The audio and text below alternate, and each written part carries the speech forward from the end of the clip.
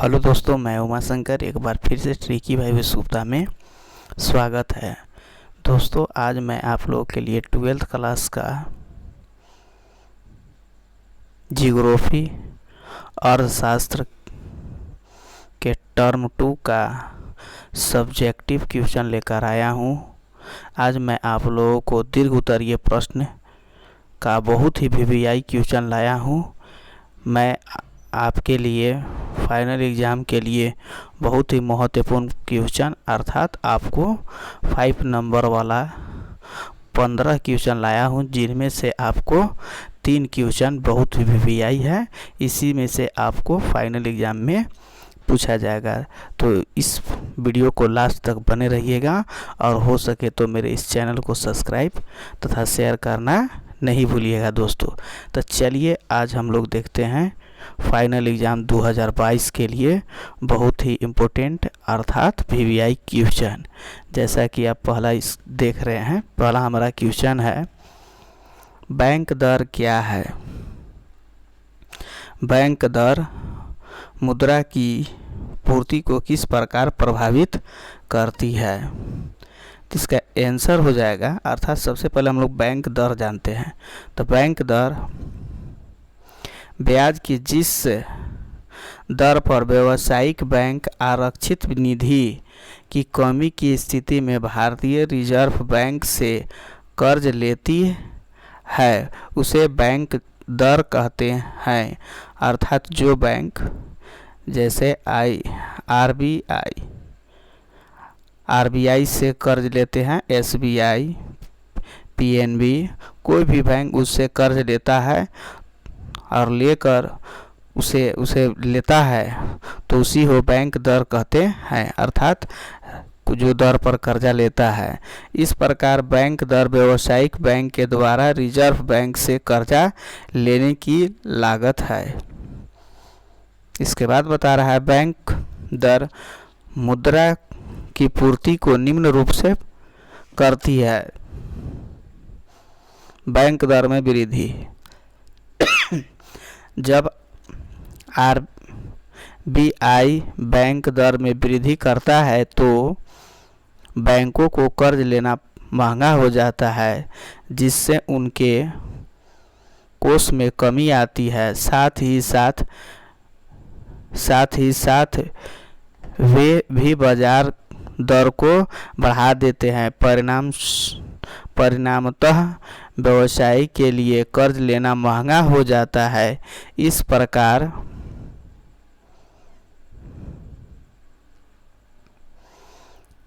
प्रकार अर्थव्यवस्था में साख में कमी होती है। इसके बाद है बैंक दर कमी, जब आरबीआई बैंक दर में कमी करता है तो बैंकों को कर्ज लेना सस्ता होता है। परिणामतः वे भी बाजार दर में कमी करते हैं। व्यवसायी को जब कर्ज लेना सस्ता हो जाता है, परिणाम स्वरूप अर्थव्यवस्था में शाखा का विस्तार होता है। बैंक दर में कमी से व्यवसायी बैंकों के कोष में वृद्धि होती है। अर्थात जैसे कि आप यहाँ मान लीजिए, ये हमारा बैंक हो गया आरबीआई, इसके अंडर में आपका 3-4 बैंक जैसे एसबीआई,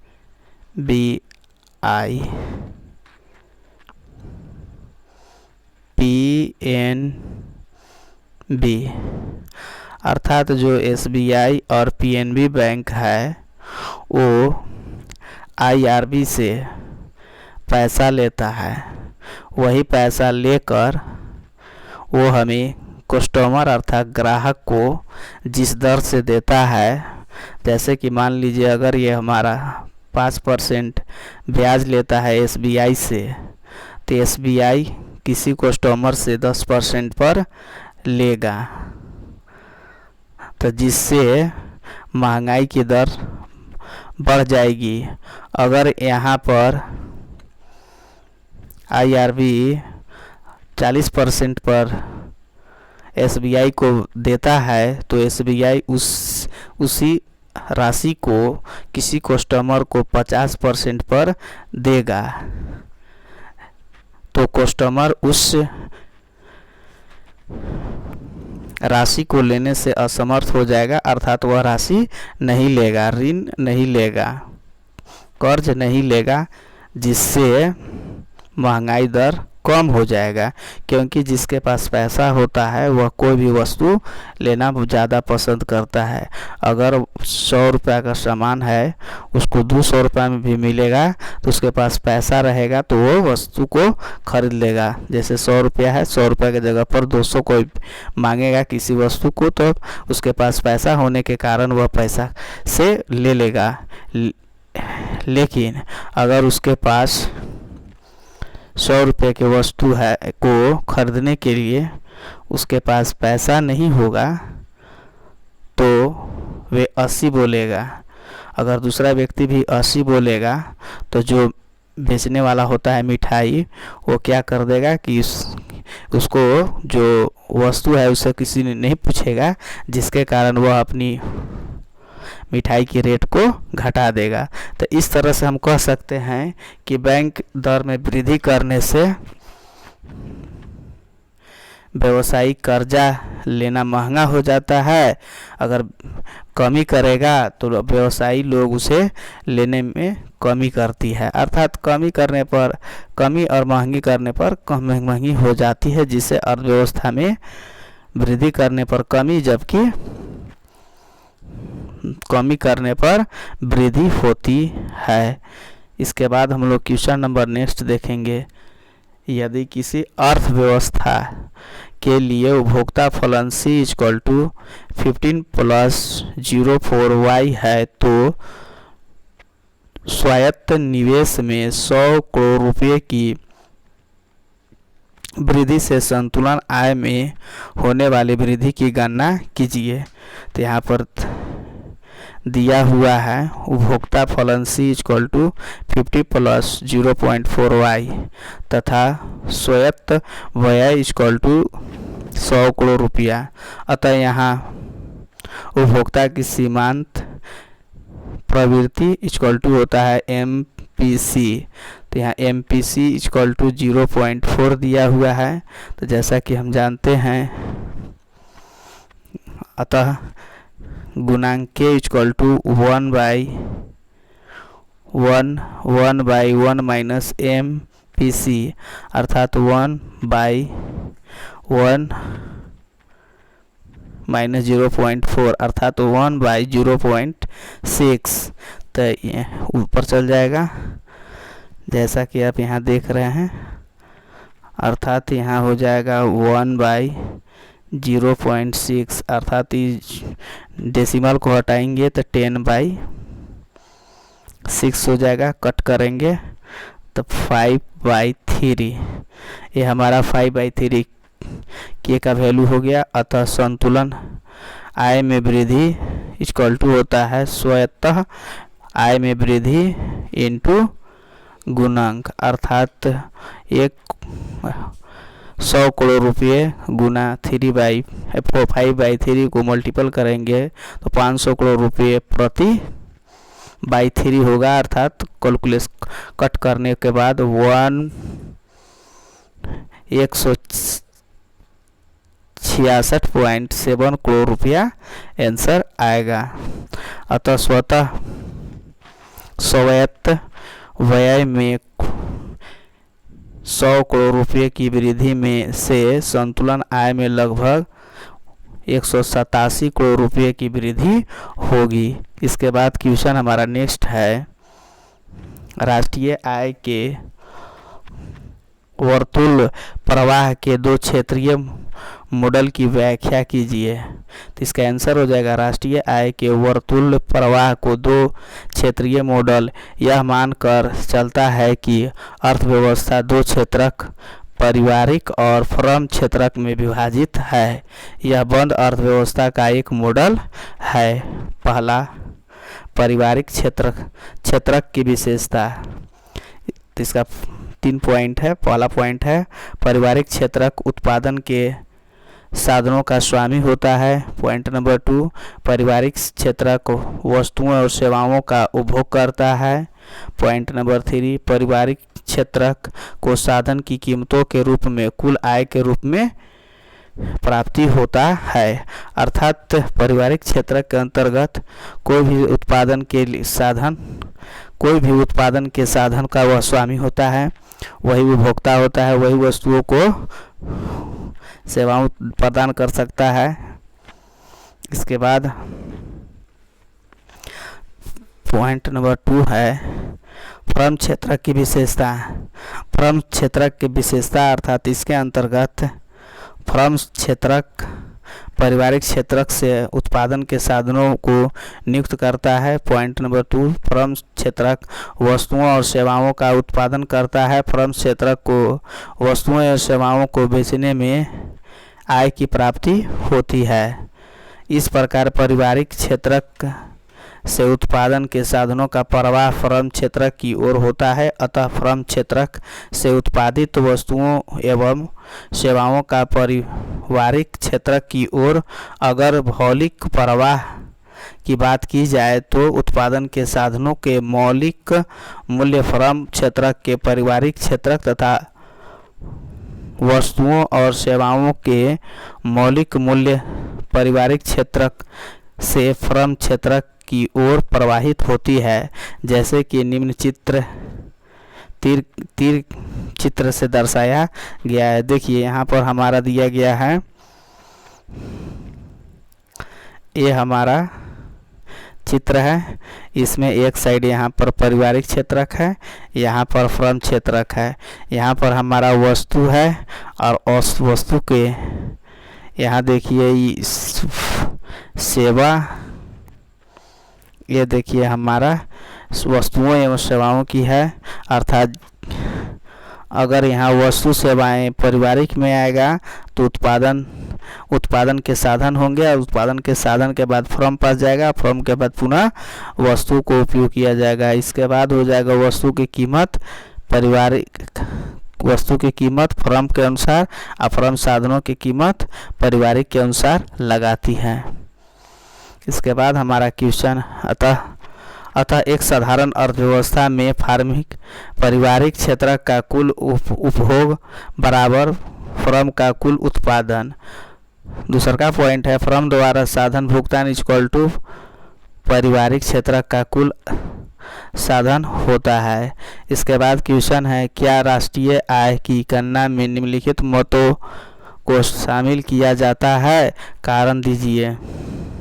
तो राष्ट्रीय आय के तुलना में निम्नलिखित मदों को शामिल किया जाता है। तो देखिए यहाँ पर राष्ट्रीय वृद्धा पेंशन, सरकारी कर्मचारियों को प्राप्त मुफ्त आवास का मूल्य। तो वृद्धा पेंशन वृद्धा व्यक्तियों को सामाजिक सुरक्षा के नाम पर सरकार द्वारा किया गया भुगतान है। यह हस्तांतरण भुगतान का एक उदाहरण है। यद्यपि यह वृद्धा व्यक्तियों के लिए आय है, लेकिन इस भुगतान से अर्थव्यवस्था में किसी प्रकार की वस्तु या सेवा का प्रवाह नहीं होता है। अतः वृद्धा पेंशन को राष्ट्रीय आय की गणना में शामिल नहीं किया जाता। अर्थात जो वृद्धा पेंशन छात्रवृत्ति शब्दों जो सरकार के द्वारा से मिलता है उसको राष्ट्रीय आय में गणना नहीं किया जाता है। इसके बाद पॉइंट नंबर 2 है सरकारी कर्मचारियों को प्राप्त मुफ्त आवास का मूल्य। सरकारी कर्मचारियों को दिया गया मुफ्त आवास का मूल्य सरकारी कर्मचारियों को पारिश्रमिक का एक भाग होता है, अतः इसे राष्ट्रीय आय की गणना में शामिल किया जाता है। अर्थात सरकारी कर्मचारी को जो प्राप्त मुफ्त आवास का मूल्य को राष्ट्रीय आय में शामिल किया जाता है, जबकि वृद्धा पेंशन छात्रवृत्ति को राष्ट्रीय आय में शामिल नहीं किया जाता है। इसके बाद हमारा क्वेश्चन नंबर नेक्स्ट है केंद्रीय बैंक के किन्हीं दो कार्यों का वर्णन कीजिए। अर्थात जो केंद्र में होता है उसी को केंद्रीय बैंक कहते हैं। तो केंद्रीय बैंक के दो कार्य निम्न है। नंबर 1, मुद्रा निर्गमन। किसी भी देश की मुद्रा निर्गमन का एकाधिकार उस देश के केंद्रीय बैंक के पास है। केंद्रीय बैंक के द्वारा निर्गमित करेंसी जिसका मौलिक उत्तरदायित्व होता है। भारत में यह कार्य आरबीआई करता है। आरबीआई वर्तमान में 1 रुपया के नोट को छोड़कर अन्य मूल्य के नोटों को छपाई करता है। अर्थात हमारा केंद्रीय बैंक आरबीआई है जो 1 रुपया को छोड़कर बाकी सभी रुपया का नोट को छपाई करता है। इसके बाद पॉइंट नंबर 2 है साख नियंत्रण।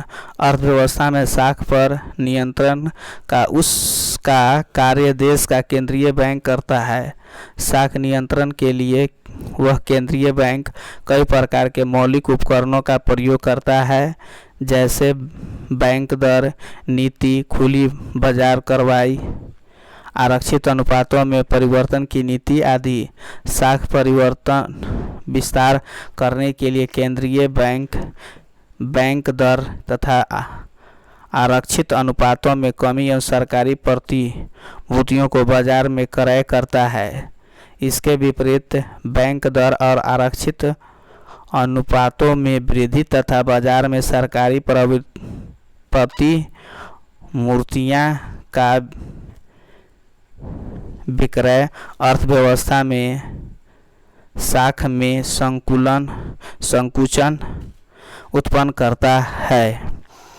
इसके बाद ये देखिए आपके इसमें आपको 5 क्वेश्चन दिया हुआ रहेगा, जिनमें से आपको 3 क्वेश्चन को हल करना है जो बहुत ही महत्वपूर्ण है, इसीलिए इस वीडियो को लास्ट तक देखें। हो सके तो मेरे इस चैनल को सब्सक्राइब करना नहीं भूलेंगे दोस्तों। चलिए आगे देखते हैं। आगे हमारा क्वेश्चन है परिभाषा देना है, अर्थात आपको तीनों के तीनों डिफिनेशन बताना है। पहला है माल सूची, दूसरा का है ब्याज और तीसरा का है निवेश, नेट निवेश। चलिए देखते हैं। माल सूची, बिना बिका हुआ माल, अर्धनिर्मित माल या कच्चे माल का स्टॉक जिसे एक फर्म अर्थात दुकान 1 वर्ष से दूसरे वर्ष में रखता है उसे माल सूची कहा जाता है। ब्याज, पूंजी के प्रयोग के बदले पूंजीपति को भुगतान की राशि ब्याज कहलाती है। जैसे राम के पास गन्ना पेरने की एक मशीन है और वह अपनी इस मशीन को श्याम को प्रयोग के लिए देता है, तो श्याम के द्वारा राम को भुगतान की गई राशि ब्याज कहलाती है। निवल निवेश, पूंजीगत पदार्थों को स्टॉक में की गई वृद्धि निवेश कहलाती है। पूंजीगत वस्तुओं के मूल्य में टूट-फूट होता रहता है, अतः शुद्ध निवेश के लिए शुद्ध निवेश में से पूंजीगत पदार्थों पर टूट-फूट व्यय को हटाना पड़ता है, अतः सकल निवेश तथा मूल्यह्रास का अंतर निवल निवेश कहलाता है। इसके बाद क्वेश्चन नंबर नेक्स्ट है राष्ट्रीय आय मापन की व्यय विधि का वर्णन कीजिए। तो चलिए हम लोग सबसे पहले राष्ट्रीय आय जानते हैं। व्यय विधि से राष्ट्रीय आय की गणना उत्पादन के मार्ग पक्ष को दृष्टि में रखकर की जाती है। व्यय विधि से एक रेखांक वर्ष में जीडीपी पर होने वाला अंतिम व्यय की माप की जाती है। दूसरे शब्दों में एक रेखांक वर्ष में अर्थव्यवस्था में बाजार कीमत पर होने वाला अंतिम कुल संकलन घरेलू उत्पाद होता है। एक देश में होने वाला अंतिम उत्पादन पर होने वाला व्यय के निम्न घटक है। नंबर 1, निजी अंतिम उपभोग। अर्थव्यवस्था में उपभोक्ता वस्तु पर होने वाला कुल खर्च को निजी अंतिम उपभोग कहा जाता है। इसे सी से सूचित किया जाता है या व्यक्त किया जाता है। ये अंतिम निवेश है। इसके बाद आता है निजी निवेश व्यय। पूंजीगत वस्तुओं पर किया गया कुल व्यय अर्थात खर्च निजी निवेश व्यय कहलाता है। इसे आय से व्यक्त किया जाता है। इसके बाद आता है सरकारी व्यय। सरकार द्वारा वस्तुओं और सेवाओं पर किए गए खर्च को सरकार व्यय कहा जाता है। इसे जी अर्थात गवर्नमेंट से सूचित किया जाता है। इसके बाद आ जाता है शुद्ध निर्यात। यह निर्यात आयात का अंतर होता है। यहाँ निर्यात घरेलू उत्पादन की मांग को बढ़ाता है, वही आयात घरेलू उत्पादन की मांग में कमी करता है, जिसे इसे x माइनस m से व्यक्त किया जाता है, जहां x निर्यात और m आयात होता है। अतः बाजार की कीमत पर GDP MP equal to C plus I plus G plus x minus y होता है। राष्ट्रीय आय बराबर साधन लागत पर शुद्ध राष्ट्रीय उत्पादन NNP FC equal to GDP MP minus ह्रासमय माइनस NIT प्लस NFIA होता है, जहां NIT शुद्ध अप्रत्यक्ष कर माइनस सहायकी NFIA इक्वल टू होता है विदेशों से प्राप्त शुद्ध साधन आय। इसके बाद हमारा क्वेश्चन है नेक्स्ट, मुद्रा गुणन क्या है, इसका मूल्य का निर्धारण कैसे होता है। आंसर हो जाएगा मुद्रा गुणन मुद्रा की पूर्ति और उच्च शक्तिशाली मुद्रा का अनुपात होता है। इसे m से निरूपित किया जाता है। इसका सूत्र होता है m equal to capital M by H, जहाँ m मुद्रा की पूर्ति तथा H हाई शक्तिशाली मुद्रा जिसे मौद्रिक आधार भी कहा जाता है, या m equal to M into H। अतः मुद्रा गुणन की धारणा स्पष्ट करती है अर्थव्यवस्था मुद्रा की पूर्ति उच्च शक्तिशाली मुद्रा से कई गुना होती है। मुद्रा गुणक का निर्धारण। मुद्रा गुणन का मान नकद जमा उत्पाद अनुपात CDR और रिजर्व जमा अनुपात RDR पर निर्भर करता है। मुद्रा गुणन निर्धारण का सूत्र निम्न है, m equal to 1 plus CDR बटा CDR प्लस RDR होता है। इसके बाद हमारा क्वेश्चन है RBI की खुली बाजार कार्रवाई नीति का व्याख्या कीजिए। इसका आंसर हो जाएगा साख नियंत्रण के लिए RBI के द्वारा अपनाई जाने वाली वैसी नीति जिसके तहत RBI बोली लगाकर सरकारी प्रतिभूतियों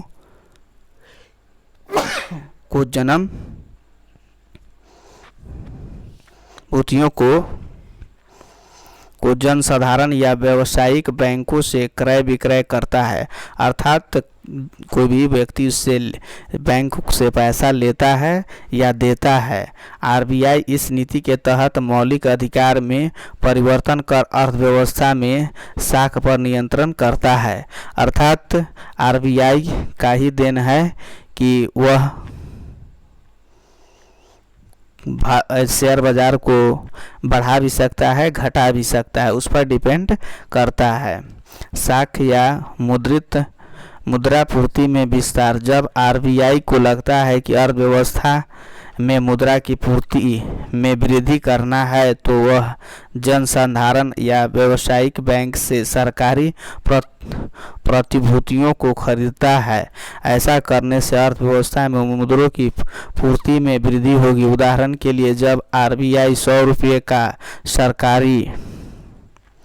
सरकारी प्रतिभूत बंध पत्र खरीदता है तो वह बंध पत्र विक्रेता के नाम 100 रुपये का एक चेक जारी करता है। अब वह विक्रेता उस चेक को अपने बैंक में जमा करता है तो उसके आय में 100 रुपये क्रेडिट हो जाएगा तथा बैंक की कुल जमा में 100 रुपये की वृद्धि होगी। इस प्रकार बैंक को साख प्रदान करने की योग्यता में वृद्धि होगी।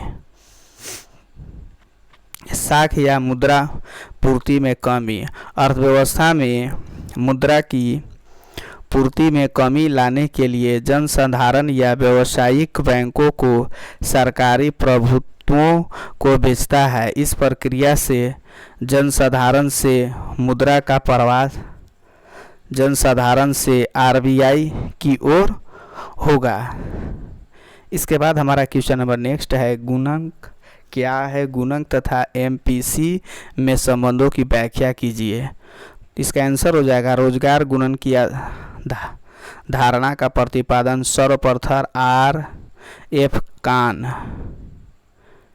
ने दिया था। बाद में J.M. केन्स ने इस धारणा पर आधारित निवेश गुणन की धारणा को दिया। निवेश गुणन को संतुलन आय में परिवर्तन तथा स्वायत्त आय में परिवर्तन के अनुपात के रूप में परिभाषित किया जाता है। इसे K से निरूपित किया जाता है। संकेत में K = डेल्टा Y बटा डेल्टा A, जहाँ डेल्टा Y संतुलन आय में परिवर्तन तथा डेल्टा A स्वायत्त व्यय में परिवर्तन है। या डेल्टा Y = इसको अगर यहाँ उधर चल जाएगा, इधर प्लस इधर डिवाइड में भागा में उधर जाएगा तो गुना में हो जाएगा तो K डेल्टा A होगा। इस प्रकार गुणांक की धारणा यह स्पष्ट करती है कि अर्थव्यवस्था में स्वायत्त व्यय में एक निश्चित परिवर्तन करने से संतुलन आय में कई गुना अधिक परिवर्तन होता है। जैसे मान लिया जाए कि अर्थशास्त्र में स्वायत्त व्यय में 100 रुपये की वृद्धि करने से संतुलन आय में 300 रुपये की वृद्धि हो जाती है, तो यहाँ हम कहते हैं कि संतुलन आय में 3 गुना की वृद्धि हुई, अतः गुणक का मान 3 होगा। अर्थात इसमें 3 जैसे कि 100 रुपया है तो 100 रुपया में अगर हम उसका बढ़ जाता है 300 हो जाता है तो कितना गुना हुआ? अर्थात 3 गुना हुआ। इसीलिए इसका गुणांक का मान 3 होगा।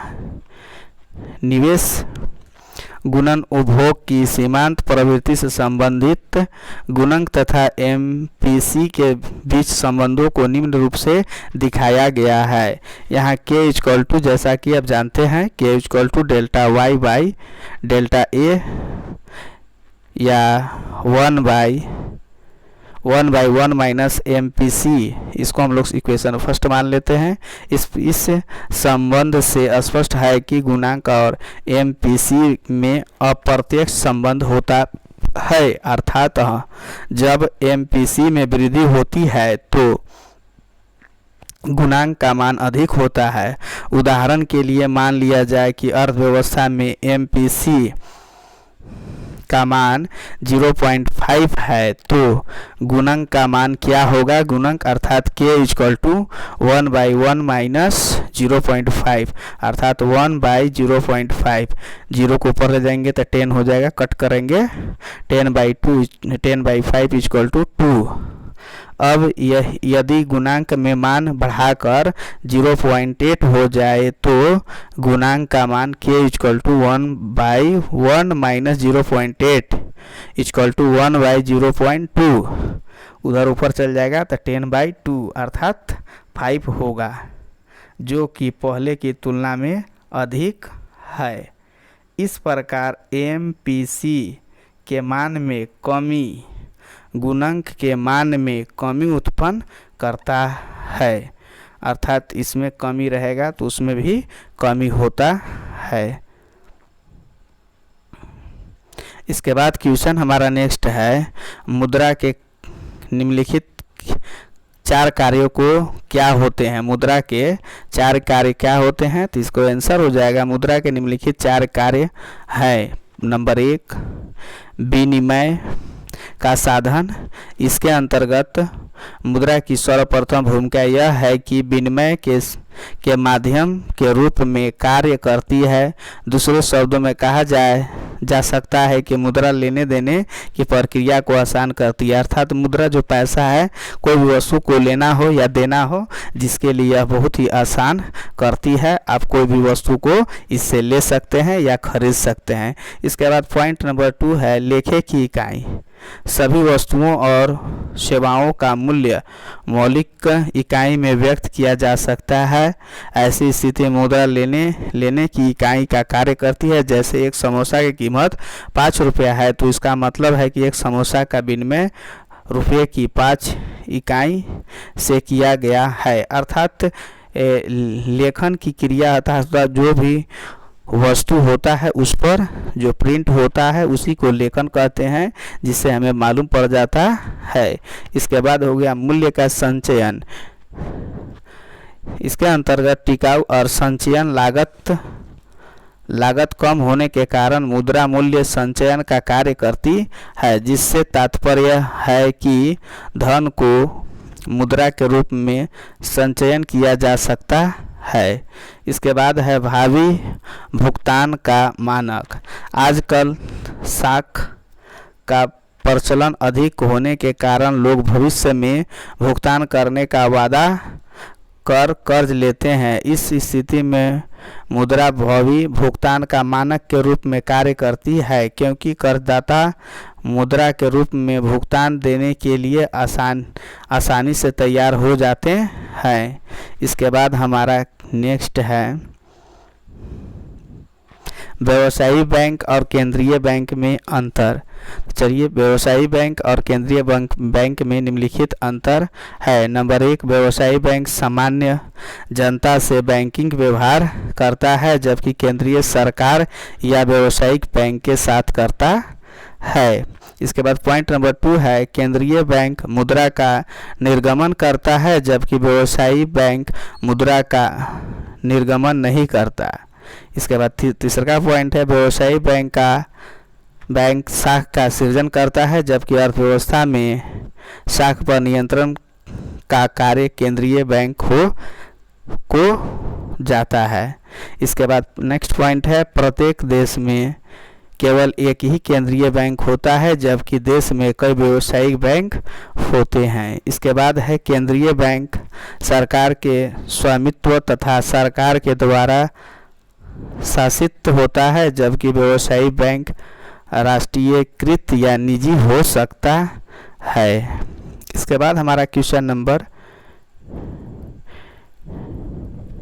पॉइंट नंबर नेक्स्ट है व्यवसायी बैंक का उद्देश्य लाभ अर्जित करना होता है, लेकिन केंद्रीय बैंक का लाभ अर्जित करना नहीं होता है।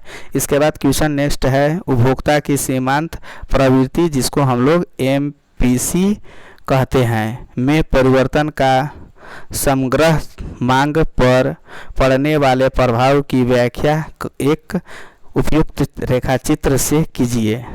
तो इसका आंसर हो जाएगा उपभोक्ता की सीमांत प्रवृत्ति से तात्पर्य व्यय योग्य आय में एक अतिरिक्त इकाई में परिवर्तन होने से अंतिम उपभोग व्यय में होने वाला परिवर्तन से है। चूँकि समग्र मांग AD=C+I, जहाँ C उपभोक्ता आय और I स्वायत्त आय होता है। उपभोक्ता की सीमांत परिवर्तन में परिवर्तन से उपभोक्ता व्यय में परिवर्तन होगा, अतः अंततः अर्थव्यवस्था में समग्र मांग में परिवर्तन होगा। उपभोग की सीमांत प्रवृत्ति में परिवर्तन तथा समग्र मांग में परिवर्तन एक ही दिशा में होती है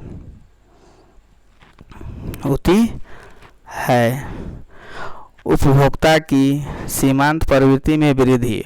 उपभोक्ता की सीमांत प्रवृत्ति में वृद्धि उपभोक्ता व्यय में वृद्धि होगी, जिससे समग्र मांग में वृद्धि होगी तथा समग्र मांग की रेखा अपनी दाईं ओर विवर्तित हो जाएगी, जैसा कि चित्र में दर्शाया गया है।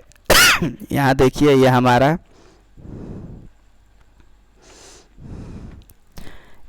x, यह हमारा y है, यह हमारा x है। यहाँ पर समग्र मांग है और यहाँ पर आय है। इसके अनुसार यहाँ देखिए C'+1 और C+1 है, जहाँ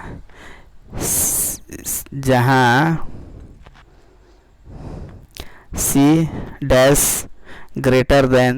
है, जो चित्र में यहाँ दर्शाया गया है।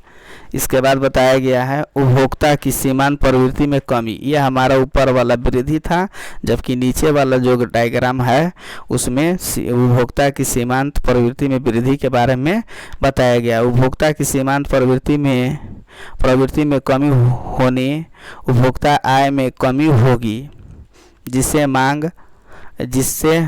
समग्र मांग में भी कमी होगी तथा समग्र मांग की रेखा अपने बाईं ओर विस्तृत हो जाएगी, जैसा कि चित्र में दर्शाया गया है। ये देखिए हमारा चित्र है, ये हमारा y है, यहाँ पर x है, यहाँ समग्र मांग है और यहाँ पर आय है। यहाँ देखिए C+1 है और यहाँ पर आपका C'+1 है, जिसके कारण यहाँ पर वृद्धि हुआ, सीमांत प्रवृत्ति में वृद्धि हुआ है। इसके बाद हम लोग क्वेश्चन नंबर नेक्स्ट देखते हैं। राष्ट्रीय आय की गणना की उत्पाद विधि का वर्णन कीजिए। राष्ट्रीय आय की गणना की उत्पादन विधि।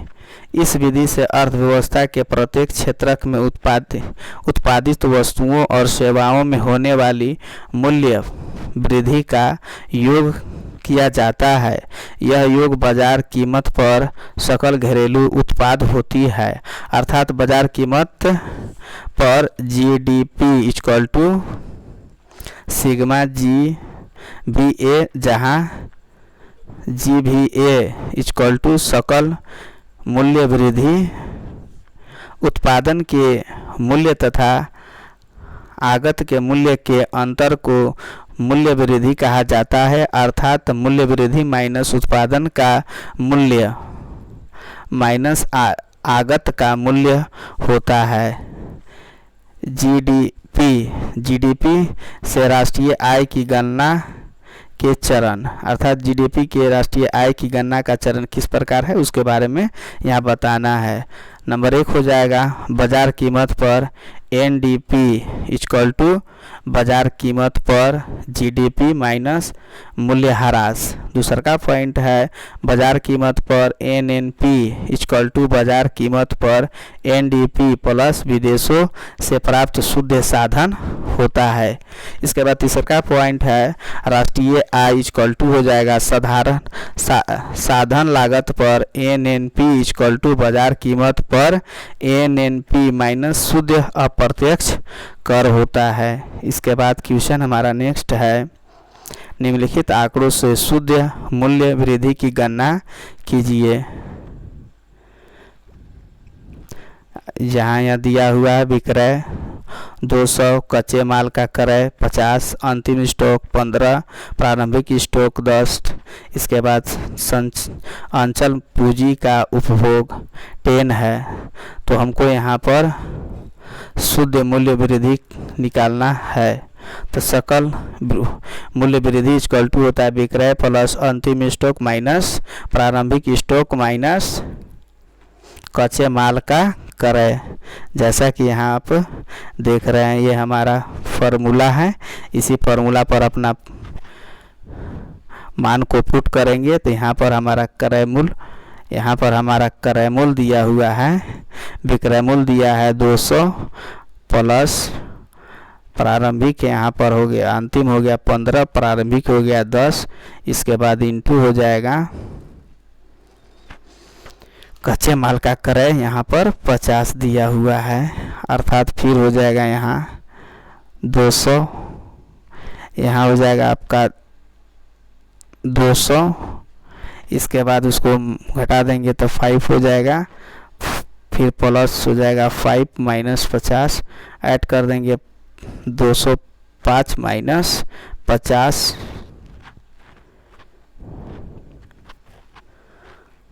अर्थात इसको माइनस कर देंगे तो 155 आंसर हो जाएगा। इसके बाद यहाँ दिया हुआ है मूल्य शुद्ध मूल्य वृद्धि इक्वल टू होता है सकल मूल्य वृद्धि माइनस अचल पूंजी का उपभोग। यहाँ 155 में से 5 माइनस कर देंगे तो 145 लाख रुपीज हो जाएगा। इसके बाद क्वेश्चन हमारा नेक्स्ट है,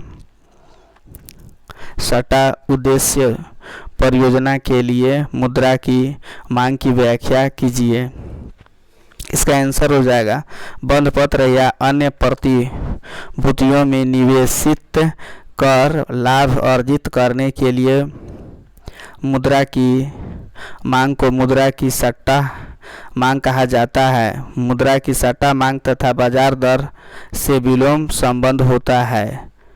ब्याज दर बहुत ऊंची होने के स्थिति में पूंजी लाभ की आशा के कारण लोग मुद्रा को बंध पत्र में रूपांतरित करते हैं, अतः सट्टा के लिए मुद्रा की मांग कम होती है। इसके विपरीत जब ब्याज दर गिरती है तो भविष्य में ब्याज दर में वृद्धि तथा पूंजी हानि की आशा के अंतर्गत बंध पत्र को मुद्रा में परिवर्तित करते हैं, अतः मुद्रा की सट्टा मांग वृद्धि होती है।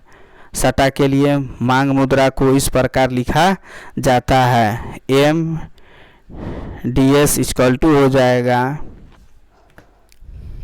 R max minus R by R minus R minimum, जहाँ R रेट ब्याज की दर तथा R मैक्स तथा R मिन उच्च और निम्न सामान्य मान्यताएं धनात्मक ऋणात्मक है, जैसा कि आप यहाँ स्क्रीन में देख रहे हैं। मुद्रा की सट्टा मांग और ब्याज दर के बीच संबंध को रेखा चित्र में दर्शाया गया है। ये हमारा देखिए रेखा चित्र में है, इसी में हम लोग को अधिकतम तथा निम्नतम अर्थात मैक्सिमम अर्थात अधिकतम और यहाँ देखिए मिनिमम किस तरह से हमारा जो ग्राफ है कम हो जाता है उसके बारे में यहाँ पर बताया गया है। तो दोस्तों अगर यह वीडियो अगर अच्छा लगा होगा तो मेरे इस चैनल को सब्सक्राइब तथा शेयर करना नहीं भूलेंगे, और हाँ इसे अंत तक ज़रूर देखिएगा। फिर मिलेंगे नेक्स्ट वीडियो में। Thank you, best of luck.